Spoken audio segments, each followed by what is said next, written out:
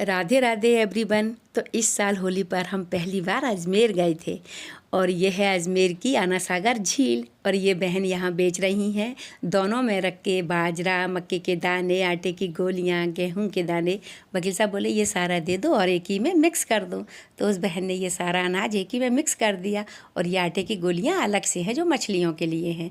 तो मैं ये दिखा रही हूँ, देखिए ये बाजरा है। तो इसी वाले जो नीला वाला कटोरा है इसमें बाजरा, गेहूँ, मक्के के दाने ये सारा मिक्स है। और ये है आटे की गोलियाँ जो कि मछलियों के लिए। देखकर बहुत ही खुशी हो रही थी मुझे।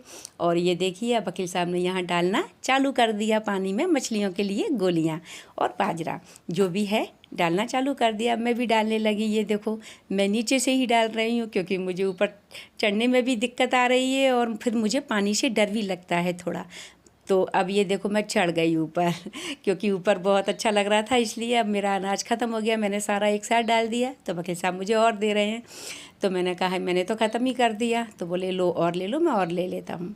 तो मैं ये डाल रही हूँ। हवा बहुत ही अच्छी चल रही है क्योंकि सुबह का टाइम था और इतनी तेज़ हवा चल रही थी कि देखो मेरी साड़ी उड़ी ही जा रही है।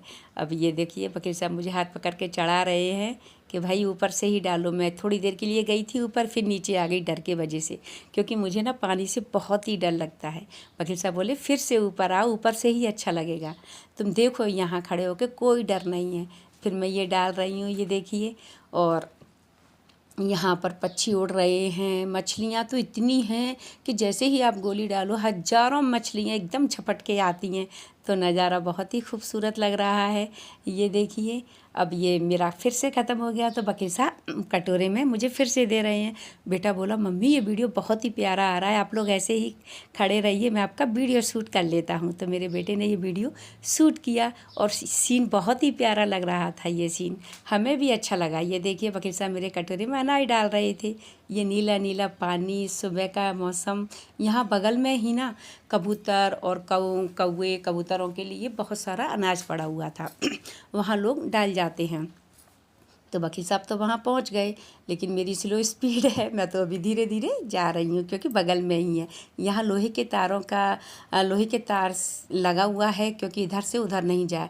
तो मैं यहाँ नीचे से घुस के इस लोहे के तार के नीचे से ही निकल रही हूँ।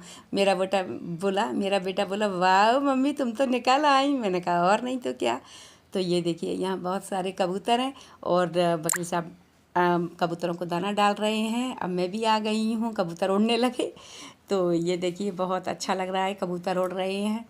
और यहाँ पास में ही पक्षियों के लिए पानी भरा हुआ रखा है। ये देखिए पानी है तो पक्षियों के लिए पूरा इंतज़ाम है। यहाँ ये जो मिट्टी के कटोरे हैं इनमें भी पानी भरा हुआ रखा है।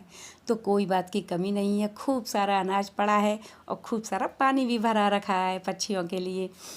तो हमें बहुत अच्छा लग रहा है। लेकिन बेटा बोला कि मम्मी पापा आप जल्दी चलो, बहुत ही देर हो जाएगी। तो आप सबको हमारा ये छोटा सा ब्लॉग कैसा लगा?